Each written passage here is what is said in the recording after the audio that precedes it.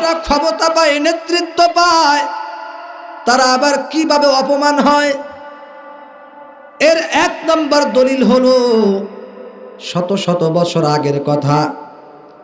ফিরাউন, মিস্টার ফিরাউন, আল্লাহ পাক ওকে ক্ষমতা দিয়েছিলেন নাকি দিয়েছিলেন না?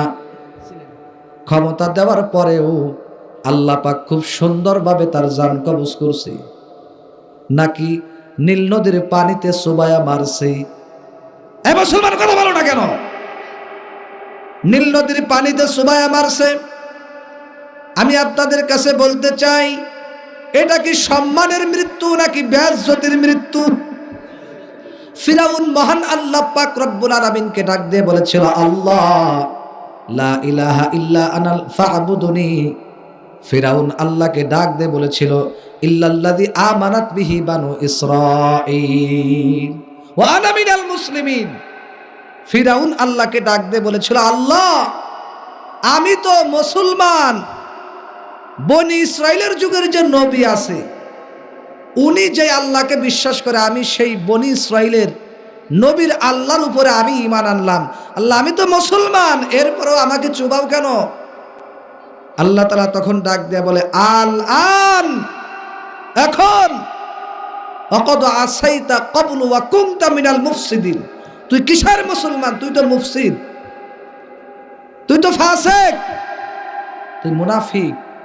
সারাটা জীবন আমার নবীরে জ্বালাইছস। কথা বলেন ঠিক না বেঠিক?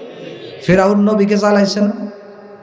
কিতাবের মধ্যে লেখে, মুফাসসিরিনে কিরামগণ বলেন, মুহাদ্দিসিনে কিরামগণ বলেন, ৭০,০০০ নিষ্পাপ সন্তানকে এই মিস্টার ফিরাউন, এই শয়তান ফিরাউন তাদেরকে হত্যা করেছে। নাউজুবিল্লাহ কন। এত অত্যাচার করেছে। এবার মহান আল্লাহ পাক রব্বুল আলামিন ডাক দিয়া কয়, শোনো, এখন তুমি কালেমা পড়লে কালেমার দাম নাই। খবরদার, খবরদার, তুই এই পানির ভিতরে চুবায়া মরবি। কারণ কিন্তু একটা কথা ফিরাউন শুনু, ফালিয়াউমা নুনাজ্জিকা বিবাদানিক, আমি আল্লাহ তোর শরীরটাকে পচতে দেব না। তোর শরীরটাকে আমি আল্লাহ কিয়ামত পর্যন্ত সটকি বানায় রাখবো, যাতে করে গোটা পৃথিবীর মানুষ তোর এই দেহ দেখে সবাই শিক্ষা নিতে পারে। তোরে দেখে যেন শিক্ষা নিতে পারে।